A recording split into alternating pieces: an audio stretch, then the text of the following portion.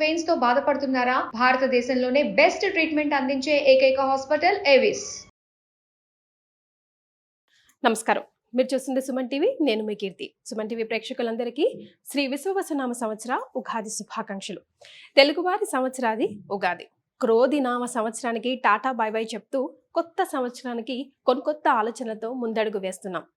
పోయిన సంవత్సరం ఎన్నో విషయాల్లో ఒక ముందడుగు వేసుంటాం, కొన్నిసార్లు వెనకడుగు కూడా వేసుంటాం. అనుకున్న పనులు అనుకున్న సమయానికి కాకపోయిండొచ్చును. మరి అట్లీస్ట్ ఈ కొత్త సంవత్సరంలో మనందరికీ ద్వాదశ రాశుల వారందరికీ కూడా ఎలా ఉండబోతోంది, శ్రీ విశ్వవసు అంటే అర్థం ఏంటి, ద్వాదశ రాశుల వారికి ముఖ్యంగా మహిళలకి కూడా ఎలాంటి పరిహారాలు చేసుకుంటే బాగుంటుంది, సమయం అనుకూలించినప్పుడు ఇంకా సమయాన్ని మనకి మంచిగా తిరుగుబాటు చేసుకోవడానికి ఎలా ఉంటే బాగుంటుంది, ఇలాంటి విషయాలన్నీ మనకి తెలియజేయడానికి మనతో పాటు ప్రముఖ ఆస్ట్రాలజర్ బ్రహ్మశ్రీ నందిబట్ల శ్రీహరి శర్మ గురుగారు ఉన్నారు. నమస్తే గురుగారు. వాగర్థావివ సంపృక్తౌ వాగర్థ ప్రతిపత్తయే జగతః పితరౌ వందే పార్వతీ పరమేశ్వరౌ. సదాశివ సమారంభాం శంకరాచార్య మధ్యమాం అస్మదాచార్య పర్యంతం వందే గురు పరంపరాం. ఆదిత్యాయ చ సోమాయ మంగళాయ బుధాయ చ గురు శుక్ర శనిభ్యశ్చ రాహవే కేతవే నమః. శృంగేరి జగద్గురు పీఠాధిపతులకి, కంచి పీఠాధిపతులకి నమస్కారములు తెలియజేసుకుంటూ కార్యక్రమాన్ని ప్రారంభిద్దాం.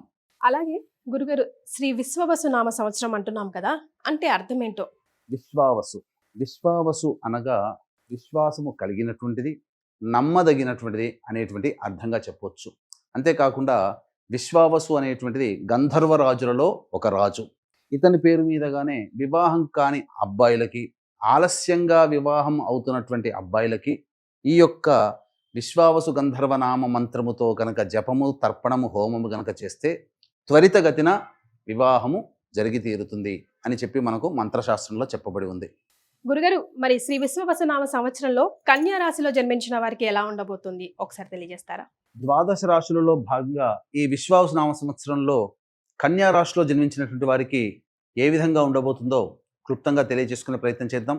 ముందుగా 12 నెలలని టైం 3 జోన్స్గా మనం డివైడ్ చేసుకొని ఒక్కొక్క టైం జోన్లో గ్రహాలు ఏ విధంగా అనుకూలంగా ఉంటాయి, అనుకూలంగా ఎప్పుడు ఉండవు అనేటువంటి విషయాన్ని తెలుసుకుందాం.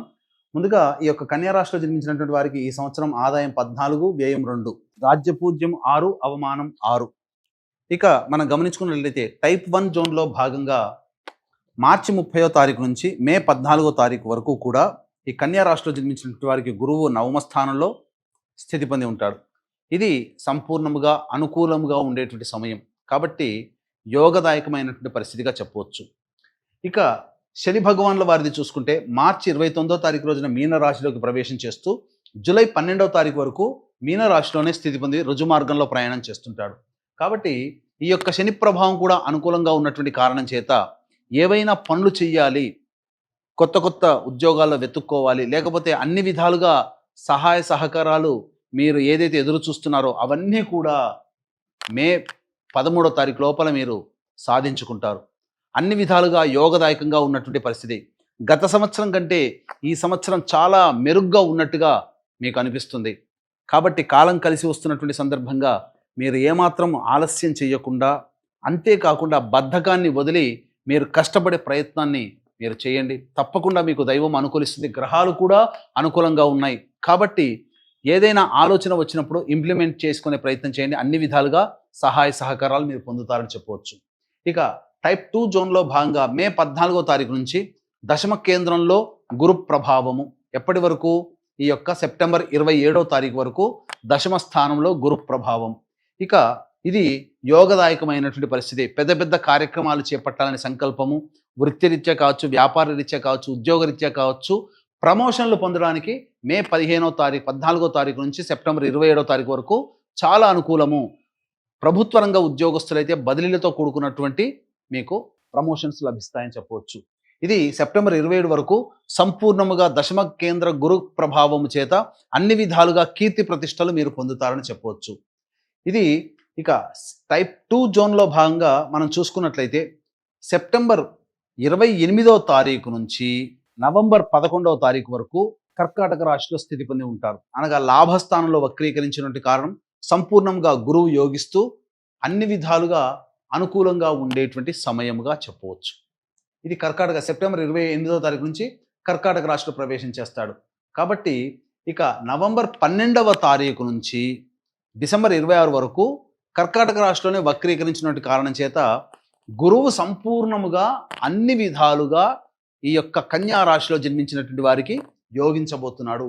ఇక శనివారి గనక చూసుకున్నట్లయితే జూలై 13 నుంచి మీనరాశిలో వక్రీకరిస్తున్నాడు.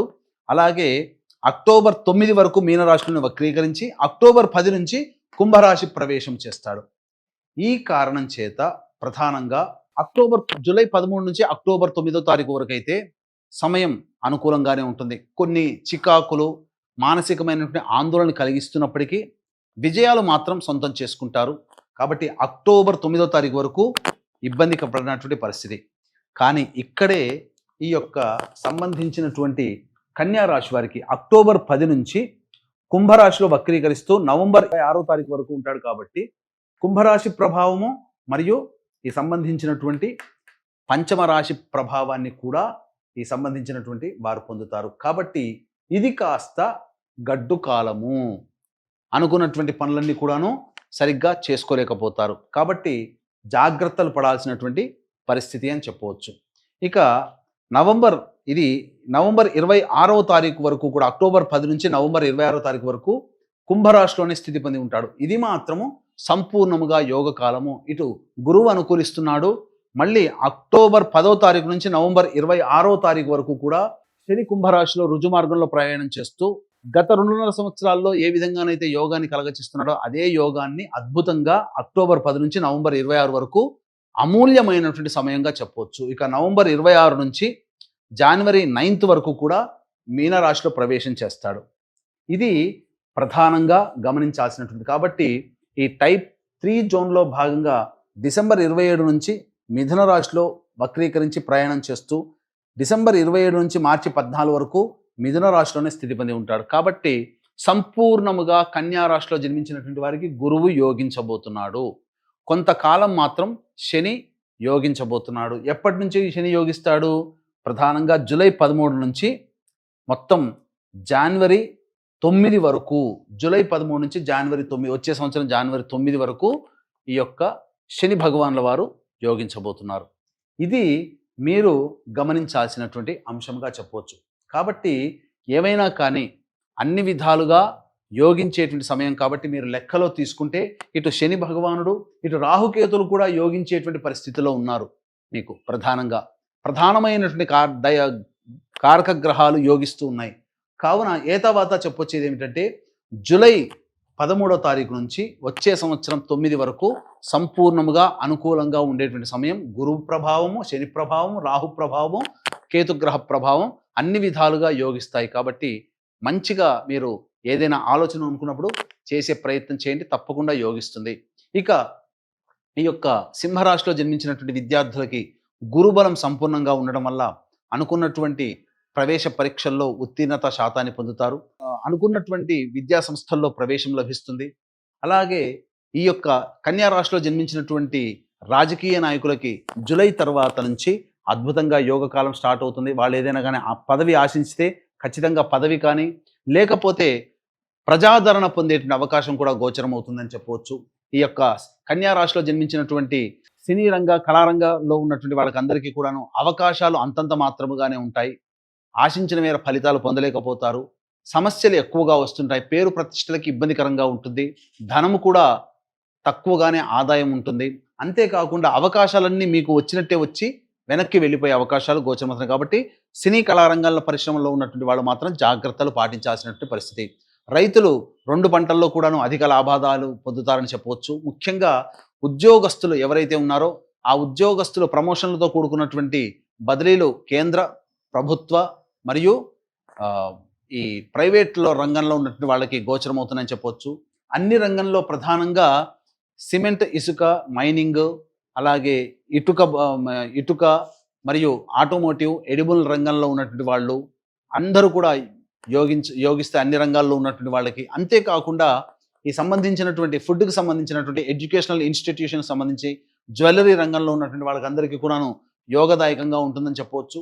ఇక మరీ ముఖ్యంగా గమనించుకున్నట్లయితే ఈ రాశిలో జన్మించినటువంటి వారికి గ్రహాలు అనుకూలంగా ఉన్నాయి. దైవానుగ్రహం పొందే ప్రయత్నం చేస్తే అన్ని విధాలుగా విజయాన్ని పొందుతారని చెప్పవచ్చు. ఈ యొక్క కన్యా రాశిలో జన్మించినటువంటి మహిళలకి గౌరవ మర్యాదలు పెరుగుతాయి. ఇంట్లో కూడా గతంలో కంటే ఇంట్లో ప్రేమ అభిమానాలు పెరుగుతాయని చెప్పవచ్చు. విడిపోయినటువంటి దంపతులు కానీ భాగస్వాములు కానీ మళ్ళీ కలుసుకునే అవకాశాలు ఈ కన్యా రాశిలో జన్మించినటువంటి వారికి గోచరమవుతున్నాయి.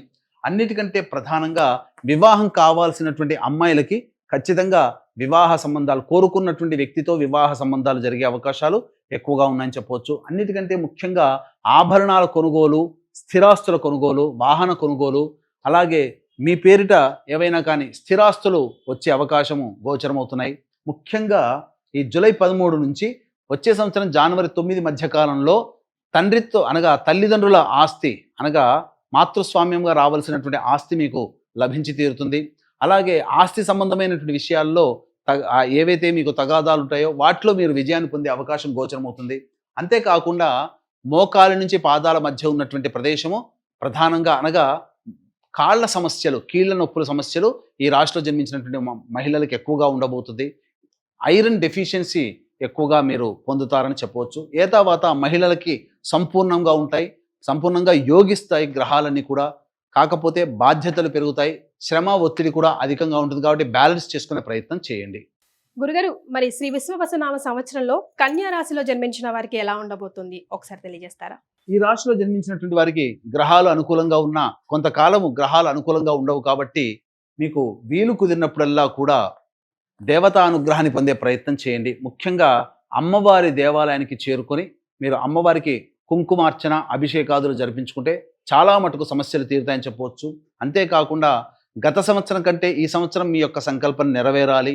అంతేకాకుండా మీరు సమస్యలు ఎదురైనప్పుడు పండితుల దగ్గరికి వెళ్ళినప్పుడు ఆ పండితులు మీకు ఎటువంటి మీ జాతకాన్ని పరిశీలించి ఎటువంటి పరిహారాలు చేసుకోమని చెబుతారో అటువంటి పరిహారాలన్నీ కూడా ప్రతి నెల ఒక్కొక్క క్షేత్రంలో మీ యొక్క గోత్రనామాదులతో కార్యక్రమాలు, సకల దోష నివారణ పూజలు, హోమాలు, సంకల్ప సిద్ధి హోమాలు అనేటువంటివి చేయడం జరుగుతుంది. దీనికి శ్రీకారం మాత్రం మహామహిమాన్వితమైనటువంటి సుప్రసిద్ధ కాశీ క్షేత్రంలో ఏప్రిల్ 18వ తారీఖు రోజు నుంచి ప్రారంభం చేయబోతున్నాం. అవకాశం ఉన్న వాళ్ళు ఇట్టి మహత్తరమైనటువంటి కార్యక్రమంలో మీ కుటుంబ సభ్యుల గోత్రనామాదులు నమోదు చేసుకోవచ్చు. సభ్యులుగా ఎలా నమోదు చేసుకోవాలి కార్యక్రమ తదనంతరం కాంటాక్ట్ చేసి తెలుసుకోవచ్చు. ఇక ప్రతి సంవత్సరంలోనే అనగా కొన్ని సమయాలు మాత్రం మనం కీలకంగా అలర్ట్గా ఉండాల్సినటువంటి పరిస్థితి. కాబట్టి జాగ్రత్తలు ఏ సమయంలో పాటించాలి? ఎందుకంటే ప్రధానంగా డిసెంబర్ 6వ తారీఖు నుంచి జనవరి 14వ తారీఖు వరకు, వచ్చే సంవత్సరం జనవరి 14 వరకు, ఈ సంవత్సరం సెప్టెంబర్ 12 నుంచి అక్టోబర్ 25వ తారీఖు వరకు ఉన్నటువంటి మధ్యకాలంలో వాహన ప్రమాదములు కానీ, కుటుంబ సభ్యులతో వాగ్వివాదాలు కానీ, ధన నష్టం కానీ, ఆరోగ్యపరంగా ఇబ్బందులు ఎదుర్కొని ఆపరేషన్లు జరిగేటువంటి అవకాశాలు గోచరమవుతున్నాయని చెప్పవచ్చు. రైట్ గురుగారు, మరి కన్యా రాశిలో జన్మించిన వారు కొత్తగా ఉద్యోగంలో చేరాలన్నా, లేకపోతే కొత్త వ్యాపారం స్టార్ట్ చేయాలన్నా, లేదంటే న్యూగా ఏదైనా స్టార్ట్ చేయాలి ఉద్యోగం వ్యాపారం విషయంలో అంటే ఏ సమయం అనుకూలంగా ఉంటుందంటారు ఈ సంవత్సరం? ఇక కన్యా రాశిలో జన్మించినటువంటి వాళ్ళు నిరుద్యోగస్తులు ఉద్యోగం కోసం ఎప్పుడు ప్రారంభం చేసుకోవాలి, ఏ సమయంలో? అలాగే ఉన్న ఉద్యోగంలో ఉన్నటువంటి వాళ్ళు వేరే సంస్థల్లో ఉద్యోగం కోసం ఎప్పుడు ప్రయత్నం చేయాలి? ఆల్రెడీ వృత్తి వ్యాపారంలో ఉన్నటువంటి వాళ్ళు వ్యాపార విస్తరణ కానీ లేదా నూతన వ్యాపారం ప్రారంభించాలంటే ఏ సమయం అనుకూలంగా ఉంటుందో తెలుసుకుందాం.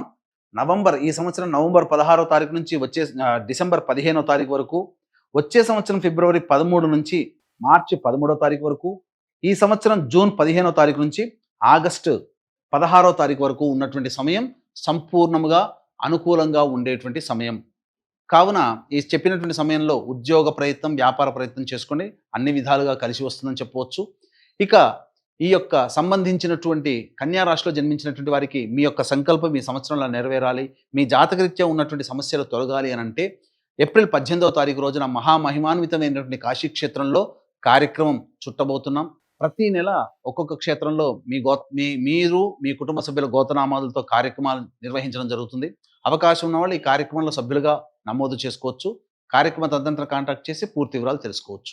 చాలా సంతోషం గురుగారు, ధన్యవాదాలు. సర్వం శ్రీ ఉమామహేశ్వర పరబ్రహ్మార్పణమస్తు.